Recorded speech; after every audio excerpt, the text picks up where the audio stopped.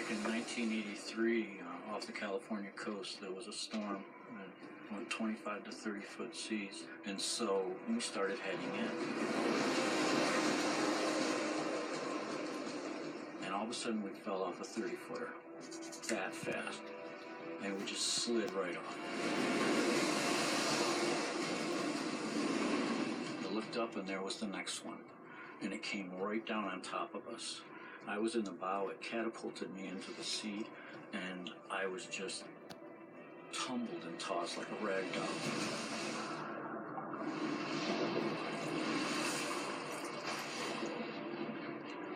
You can only hold your breath so long.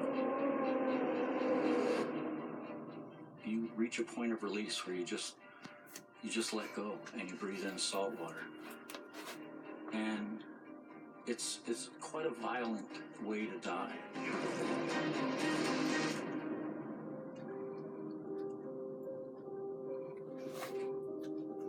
No idea how deep.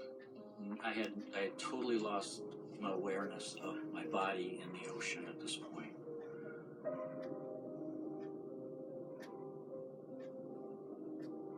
Then I noticed this light.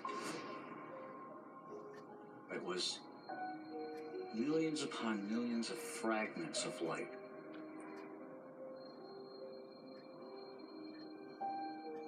In all different colors. And they were all dancing and swirling, kind of like they were of one mind, though. And it was infinite. What did you think? Did you think? Or you just experiencing, just feeling? Well, I mean, I knew I wasn't in Kansas anymore. You know, I knew I had left my body. And as I approached this mass of light, it was a familiar home.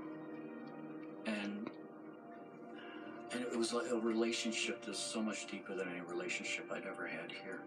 And then I reached a certain point where these millions of fragments of light spoke. And they said, "This is not your time. You must return. You have a purpose." I was watching my body and I was mesmerized because I knew I was going to go back in that body.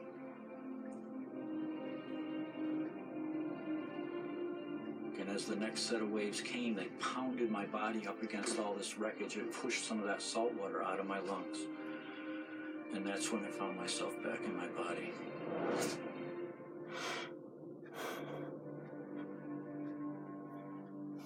About how long were you in the water? Yeah, the crew that were looking for me said I was there from anywhere from 15 to 18 minutes under the water. 15 to 18 minutes. Yeah. So you're 15 to 18 minutes without a breath of air. Right. Okay. So, David, all that you've told me is such a story. Mm-hmm. Does it make you believe in an afterlife? I do believe in an afterlife. I believe that our being, our soul, whatever you may want to call it, lives on. And that we have opportunities to come back. And I never thought of any of that beforehand. It just wasn't on my radar. Now here we sit in this cathedral. You haven't mentioned God. That light, that was God to me. That was God. So the message is from God. Yeah, and I believe that you can find that spirituality in all different beliefs. I don't subscribe to just one belief anymore. My library at home has all different beliefs represented. So does mine. David's incredible story reminds me of an experience I had many years ago.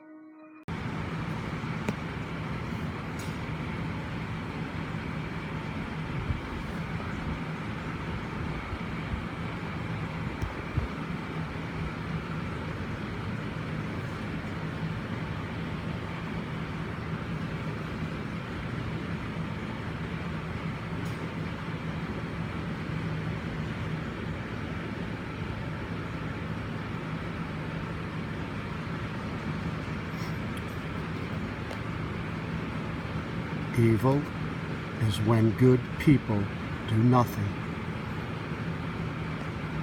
And you're responsible for that choice to do nothing while others suffer. You, Ms. Scialfa, will take on the negative karma that is produced by your defiance